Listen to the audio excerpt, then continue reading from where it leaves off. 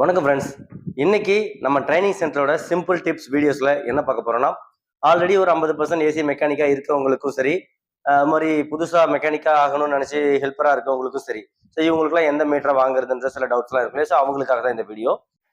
நீங்க AC, fridge, washing machine repair and service வேலையை கத்துக்கிட்டு சொந்த ஊர்லயே தனியா கடை வச்சு நிறைய சம்பாதிக்கணும்னு நினைக்கிறீங்கன்னா, full and full practical training நாங்க உங்க கூடவே உட்காந்து சொல்லி தர போறோம். ஸ்கிரீன்ல இருக்கிற நம்பருக்கு கால் பண்ணி டீடைல் கேட்டுக்கோங்க. ஸோ இதுல வந்து பாத்தீங்கன்னா இந்த மீட்டர்லயும் நம்ம செக் பண்ண முடியும், இந்த மீட்டர்ஸ்லயும் நம்ம செக் பண்ண முடியும்.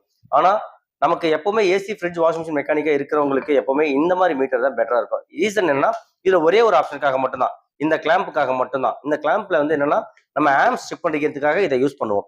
ஸோ இதுல வந்து கொஞ்சம் டிஃப்ரெண்ட் மெத்தட்ல செக் பண்ணுவோம். ஸோ அதனால இந்த மீட்டர் நமக்கு வேண்டாம். நீங்க மெக்கானிக்கா இருக்கீங்கன்னா இந்த மீட்டர் உங்களுக்கு பெட்டரா இருக்கும். இந்த மீட்டரை இந்த பிராண்டை பார்க்காதீங்க. இதே நேம்ல, இதே நேம்ன்ற இதே இதே மாதிரி டிசைன்ல நிறைய பேர் நிறைய நேம்ல வந்து உருவாக்கியிருக்காங்க. ஸோ அதனால அந்த மாதிரி டிசைன் ஏதாவது ஒன்று வாங்கிக்கிட்டா போதுமானதுதான். சேம் இதே மாதிரி.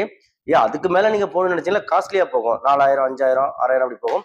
பட் 1200 வாங்கினாலே உங்களுக்கு 2 இயர்ஸ் வரைக்குமே நல்லா இருக்கும். அது மாதிரி 400 ரூபாய், 450 விற்கிது இல்லையா? ஸோ அந்த மீட்டர்லாம் நமக்கு தேவையில்லை. ஏன்னா அதெல்லாம் வந்து 2 மந்த்ஸ், 1 மந்த்லயே ஆம்ஸ் ரேட்டிங் நம்ம ஒன்று பார்ப்போம். அங்கே 5 ஆம்ஸ் எடுக்கணும்னா அது பாட்டுக்கு 20, 15, 30 இப்படி எல்லாம் போகும். அப்போ மீட்டர் வந்து சரி இருக்காது. ஸோ அப்போ இந்த மாதிரி மீட்டர் ஓகேவா தான் இருக்கு. ஸோ இதே பிராண்டில் வேற வேற பிராண்ட்ல வேற நேம்ல எது கிடைச்சாலும் சரி, இந்த மாதிரி மீட்டரா வாங்கிக்கோங்க. சரிங்களா? இது ஒரு 1200 அந்த மாதிரி வரும். சரி, ஓகே.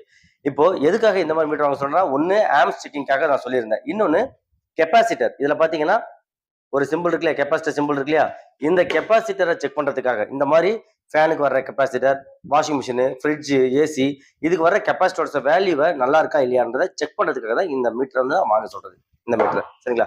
ஸோ அதனால நமக்கு மெக்கானிக்கா ஆகிறவங்களுக்கு இது தேவையில்லை. ஸோ இந்த மாதிரி மீட்டர்ஸ் வாங்கிக்கோங்க, கிளாம் மீட்டர். ஸோ இப்போ இது யூஸ் பண்ணலாமான்னு கேட்டா, இது நான் ஒரு 10 இயர்ஸ் பிஃபோர் வாங்கியிருந்தேன். அப்ப பாத்தீங்கன்னா அந்த டைம்லலாம் கெப்பாசிட்டர் செக் பண்ற செட்டப்லாம் கிடையாது. அந்த மோட்லாம் கிடையவே கிடையாது.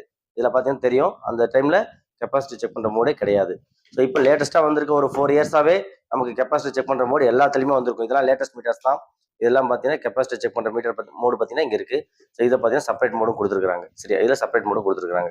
அது மாதிரி இந்த மீட்டர்லயும் பார்த்தீங்கன்னா செப்பரேட் மோடு கொடுத்துருக்காங்க கெப்பாசிட்டிக்காக. ஸோ அது மாதிரி நிறைய இருக்கு.